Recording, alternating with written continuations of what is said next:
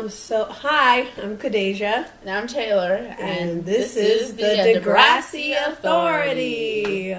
Woo! Yay! Yay! Woo! Episode, I don't know. This is a bio. Woo! Yeah, this is a bio. Okay, so Kadeja, would you like to tell the lovely people who were bioing today? This bio will be about Dallas. Woo! Yay, Dallas! Woo, Dallas! Mike Dallas. Mike Dallas. So, yes. Hey, I think Mike Dallas' story. Let's just jump in there. Okay, yeah. Okay. So, that. Mike Dallas' story. It starts with him coming to Degrassi. Last season. Last season? Was it really last season? It was last season, yeah. Or was it season 12? Was it season 12? I think it was season 12. Yeah, when did Cam die? Cam died. Oh, yeah, we had a whole season without Cam. Yeah. Well, there were so many parts to 13 that I get really confused. It was literally like... So either season 12 or season 13. Yeah, Dallas strolls enters the in. picture. And he is a jock to the most stereotypical degree. Yeah, especially by Canada's terms. Oh, yeah. And he's best friends with Drew Torres. And I can't remember if Drew Torres is the Drew Torres that we know now, that we know and love now at that point. I think at that point he was still with Bianca, so he wasn't bad. Yeah, he wasn't bad. Okay. He wasn't bad. Mike Dallas came with the whole hockey crew. They had a bunch of world renowned, well, not world renowned, Canada renowned. Canadian renowned hockey players come to Degrassi, and Mike Dallas is living with Drew. Yes. They're hosting him, actually. Yeah, because that's what we do. Yeah. Degrassi needed a hockey team. Yep. There's only one man they can call to captain that team. Can't get more Canada than that. That's Dallas. And so Dallas is really stereotypically jock. Yes. And I don't think I was with it. I wasn't with it. He was just really jockey, and when Fiona used to kiss her girlfriend by the thing, then he was like, freaking like, yeah, you should be kissing me and stuff. Yeah. And it was just really stereotypical and very it was just very gross. Yeah, oh yeah, I'm super jockey, whoa, it was just it was jock to the jockish. And didn't he made fun of Maya at one point? He was like, what's on the menu? What's on the menu? Yeah, when she stuffed her bra, he was just not. Even before that started it. Remember, he was like, "What's on the menu for breakfast today?" Pancakes. Yes, yeah, and then she got teased again by him, the whole chicken cutlets thing. He just wouldn't let up about Maya's boobs. Yeah, she's a freshman, but okay, that's not weird. But then, so I mean, we didn't even really see that much of Dallas. He was just kind of a tool to use when we needed a tool. Yeah, honestly, yeah, he just wasn't. He wasn't there until I think the time where he started really shining, and this is the time I think I started being like, he's not too bad. Mm-hmm. Was it when he was was it before? I think it might have been. I can't remember if I want to say it's when Cam died. And he freaked out. Yeah. And he was just he threw away his jock persona. We finally got to see who the real emotional Dallas was. Yes, and you could tell as hard as he was on Cam, he was Cam's friend. He had love for Cam. Yeah, he cared about Cam. He can be a jerk, but he's very loyal to his fellow hockey players. Yeah. He really is. Those are his brothers. Yeah, that's what I was just going to say. That's his family, especially when he's so far away from his family, and a lot of them are. He needed. Cam was his little brother, and he really showed that, and that's when everybody, I felt like, I know I did, started being like, oh, Dallas isn't so. He's a real person. Yeah, and underneath that jock exterior. Exactly, and then it just progressed from there. I think with his friendship with Fiona,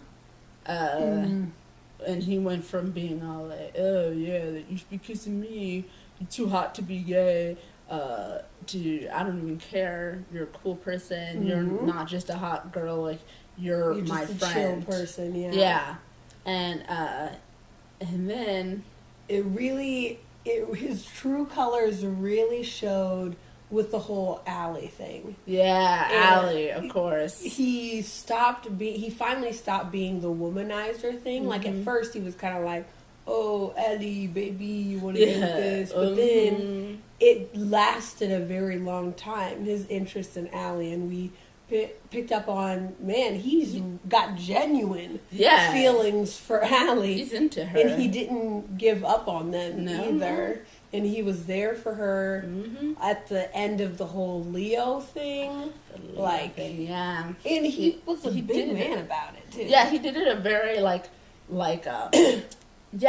in a bigger man kind of way, in a higher road kind of way. He could have easily went and beat the crap out of Leo. Yeah, and he was going to. And I thought it was even cooler that the thing that brought him from that was his son, which made it even more so like, oh, you know, it even took it to a higher road that he was like, man, let me pull myself out of this anger management mode.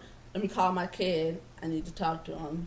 Yeah. And I think we found out about Rocky before. Yeah, we found out about it beforehand. Yeah. But even then, I think they just didn't show Dallas so much outside of that to get us to love him. Yeah. I mean, I didn't love him at that point. I think it kept building though. Yeah. And I think that was one of the building blocks. Like, first it was him caring for Cam so much, and then his friendship with Fiona kind of like, oh, like when he was Cam, I was like, oh, he may not be that bad. And I was like, with Fiona, I was like, oh, he's probably not that bad. And then Rocky, I was like, I really don't think he's that bad. And then Allie, I was like, he's not that bad. He's great. Love Dallas. Yeah. Drew Dallas. Yeah, so, I mean, as you can tell, we're big Dallas fans over here. But there was that point of time before the whole Allie thing, like, was on, like, a tumble and whatnot, when he just, like, checked out. Oh, yeah. He checked out for a while there. Like, Drew couldn't rely on him. Like, he was just hitting up a bunch of girls. Yeah, that's everybody drinking. Yeah, that's when I think he was like, he felt that he didn't know where he was going in life, and so for some reason that made him feel like, it was like right after the Cam thing. Yeah. And he even got like kicked off of the hockey team, remember, or suspended or something like that. Yeah, that was like a hard time. I think he got suspended, and that's when he started doing that stuff. And that's when he was like, if I'm not a hockey player, what am I? I'm nothing. And that's when he started like drinking and doing all kinds of crazy mess. It was just crazy. But he wised up. He wised up. You know, everybody goes through struggles, and one of our biggest things with Degrassi is that people usually go through all these struggles and never learn their lesson and never actually grow from it. But Dallas actually grew from it. Yeah, and it's really great to see this redemption. And so he reflects on himself and makes up for his mistakes. He admits where he's done wrong and is constantly striving to grow and be a better person, and that's really good. Yeah. We haven't seen much of him this season yet so far, and it's kind of sad. It is sad because out of all of the relationships that they have on Degrassi, and you know there's always a relationship on Degrassi. Everybody always in a relationship. But I don't even know how many relationships there's been on Degrassi in the past. I can't even count them on my fingers that are happening right now. There's so many cast members, and everybody got somebody on the cast. So, you know, it's really hard to say, like, but we do say that Band Dallas, we always say that is one of our favorite, like, couples on the show right now. One of the ships that we ship, I guess, is Band Dallas. Because out of all of the people that we just said cannot stay single and probably should be single, Band Dallas, I don't think I can really count them as one of them. They do good together. They didn't. I think it's because they didn't immediately become a thing. Yeah, because as we were saying, he was feeling her for a long time. Yeah, and there was other guys sometimes, and for maybe a week, she was alone. Yeah, and she still was like, nah. So every time they say, "Oh, I need to grow and be on my own," it only lasts like 48 hours. Exactly. So that's what I'm saying. She was single after Leo. I think it was maybe a week, but still, she was single, and so she made it, and they were together, and it was great. Yeah, and now they're together, and it's. Yeah, but what's so sad is Degrassi writers, like, they never give us a chance to see the people who are doing good. Exactly. They only show the people who are a hot mess. Exactly. All the time. Speaking of good couples who we don't get to see, how about we talk about Jonner in this also? You want to talk about Jonner in this one? Okay. Because they can be pretty quick. Yeah. Jonner, we love Jonner. We love Jonner. We ship Jonner to the shippiest of ships. Shipping Jonner so much. Right when Jenna starts doing great and Connor stops acting so weird, they just stop showing them. Like, I mean, come on. They give us nobody that we can be like, woo, woo, woo, woo, and every episode. Connor was so, Connor was just there, for most of his, whole time on Degrassi. Unless it was like a negative thing. Like when he just did something awkward and it made everybody uncomfortable and he had to blow up or something. Exactly. Or, they gave Connor, ooh, my bad. They gave Connor, one plot line. Yeah, I don't know. Sorry. Excuse that little mishap. It's okay. Yeah, but they gave Connor one plot line, and I'm like, you only give him one little subplot. That's it. Exactly. And then all of a sudden, but all these people starting prostitution rings and whatnot, they get all the airtime. I'm like, what? And then I didn't even really like Jenna when she first came on. But now when she starts doing good, exactly, she is finally not going for weird people that she shouldn't be going for. Remember she tried to go for Luke Baker? Yeah. Who are you? Sexual assaulters? We don't do that. On. That's not your type, okay? She had just got out of this whole Casey baby thing. Whatever happened to Casey? Okay. A black hole. Where did he go? Black hole child. He was... Wait, for real, where did he go? Casey, remember he went to college. Remember he graduated early.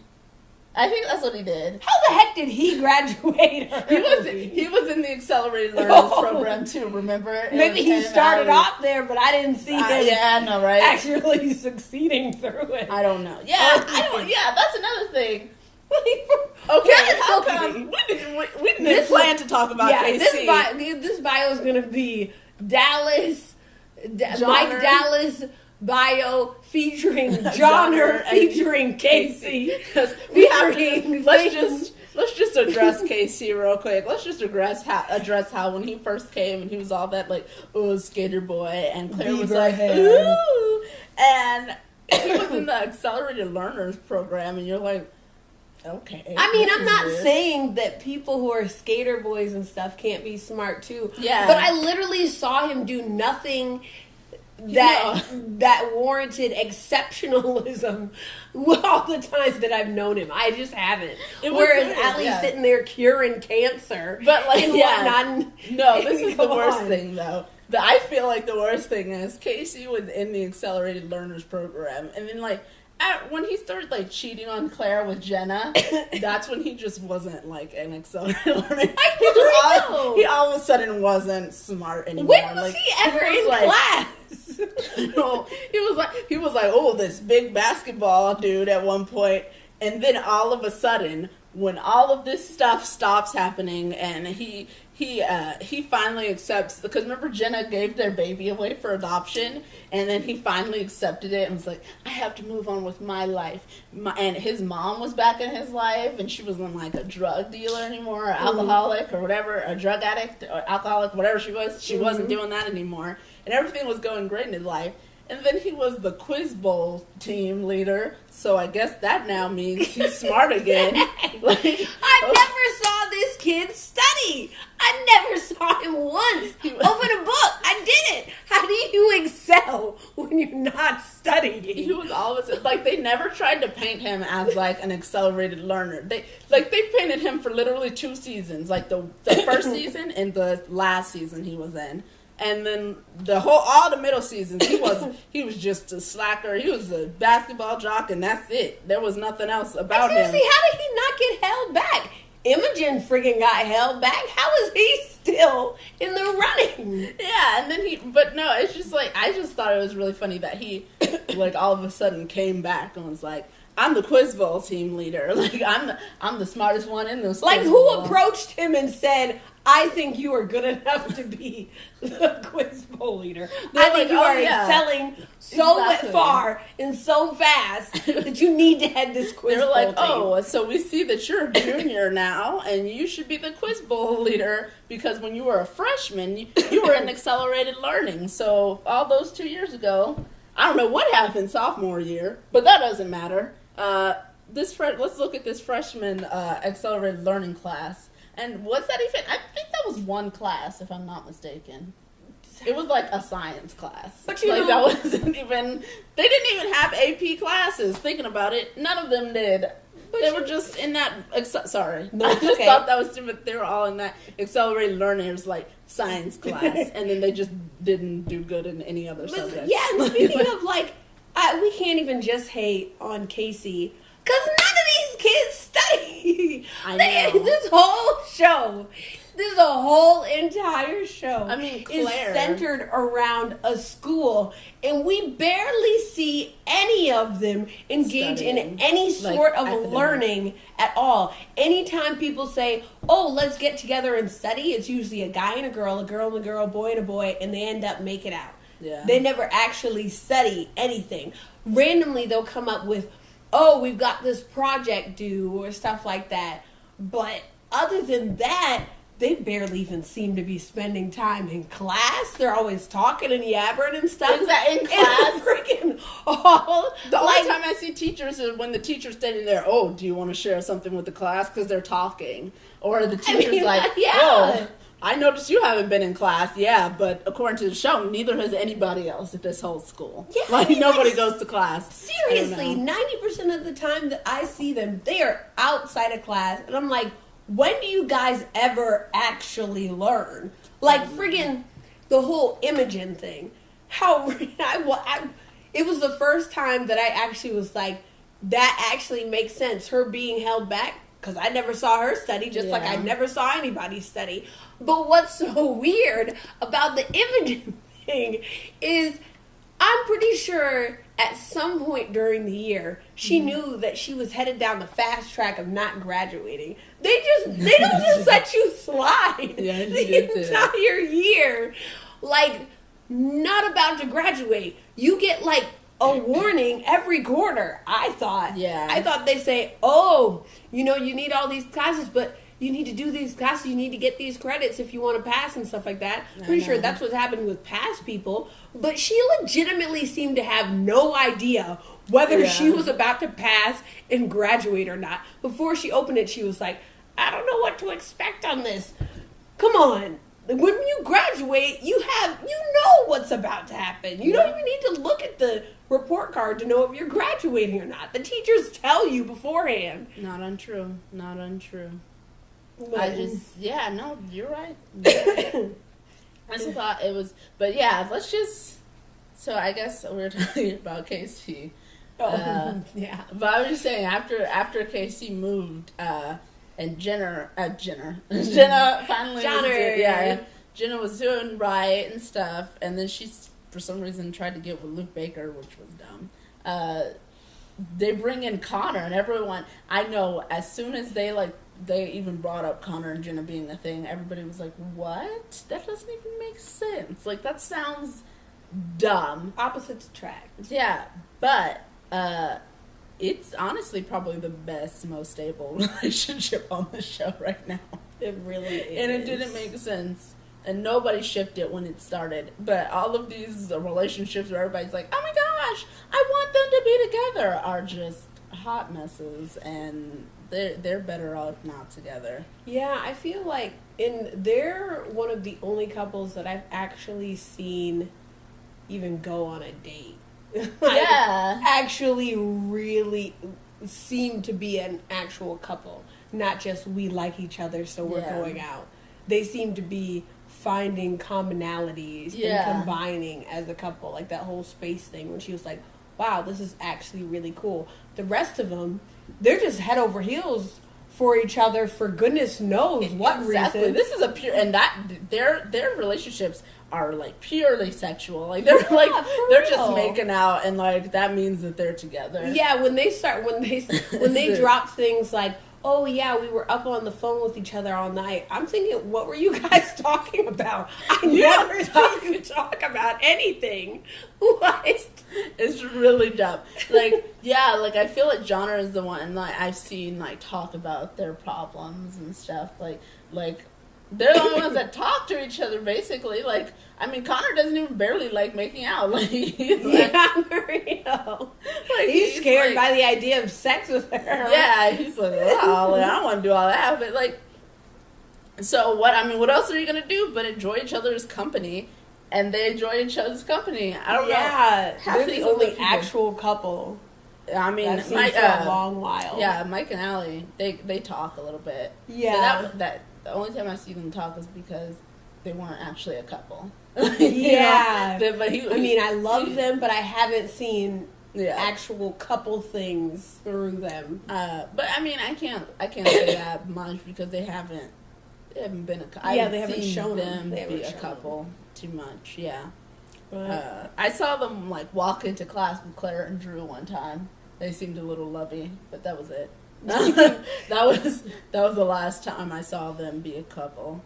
And now I'm seeing Allie and Mike kind of put Claire and Drew through their parenthood woes. Yeah, that's all I'm seeing right now with them too. I'm not seeing much else. So I guess this is the Mike Dallas bio featuring Jonner, featuring Casey, featuring the I don't know, our woes about them not actually learning and the problems of the Degrassi faculty education system, and the woes about none of them able to be single. Yeah, so that's this bio. Yeah, then it's this bio complete. See ya.